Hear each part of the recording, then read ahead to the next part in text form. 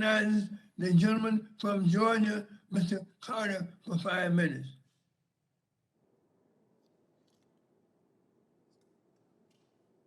There's a non-response from Mr. Carter.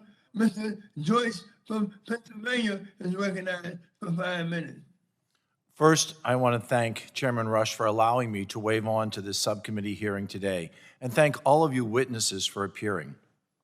As we begin this next decade, American energy needs will only continue to grow. Consistent and stable energy prices are critical to our economy, with manufacturing using over 30% of nation's power, and every American depending on the grid to heat and to cool their homes. As we've heard today, American energy prices are the highest that they've been for years. Any American who goes to the pump or looks at their utility bill has already discovered this very sad reality. That is why it is vital for our nation and our constituents to have access to all available energy sources, all. Offshore wind is not a source that can supply our businesses and power our homes. By building a grid that is dependent on wind power, we leave ourselves at the mercy of Mother Nature. We've seen this. We've seen it in the United Kingdom, where their over-reliance on wind for 25% of their power has led to volatile prices when wind output dropped by over 2/3. Fortunately, they had the wherewithal to restart a coal power plant to fill that needed gap. There is no reason why we should allow this sort of situation to ever occur in the United States. My first question is for you, Mr. Menzies. As the Biden administration looks to achieve its goal of deploying 30,000 megawatts of offshore wind power by 2030, just how many windmills are we talking about? I think we said we were talking about 3,000? 2,000 turbines, which is a lot. From a geographic point of view, what's this going to look like on our coasts? Can we expect to see wind turbines off of every shore, up and down the East Coast, the West Coast, and the Gulf of Mexico?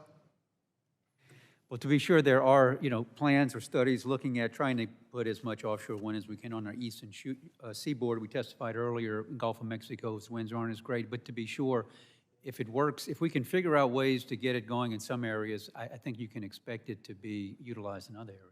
So the answer is all coast, east, west, and perhaps even the Gulf of Mexico. If we're concerned about being environmentally friendly, I don't understand how building thousands of windmills in hundreds of different ocean habitats allows that to occur. Instead of endangering ecosystems on the seafloor and in the sky, there are other established and other affordable options. For example, 1,154 megawatts of nuclear power plant typically uses 50 acres of land. Not only does it inhabit far less space, but it provides the necessary baseload power through all types of weather at all times of the year. Moving on to discuss the physical footprint of what this administration's offshore wind energy goal would mean, the real question is, would this even be possible? The red tape in the energy industry has gotten out of hand. In terms of offshore power specifically, the Bureau of Ocean Energy Management gives a timeline that would occur over 10 years for a single project to be planned, permitted, and built. One project. Mr. Menzies, in this regulation of environment, would the construction of that many offshore windmills even be possible? Not within the time frame announced. So that goals to have this amount of wind power by 2030, from your perspective, is not attainable. Correct. Overregulation is both expensive and, unfortunately, it's a job killer. I hope to work with my colleagues on reforms that will allow our nation to have safe and stable energy prices moving forward, and to utilize the necessary energy that is under the feet and has already been developed here in the United States. Again, would like to thank Chairman Rush for allowing me to wave on to this important hearing, and I waive my remaining 30 seconds back.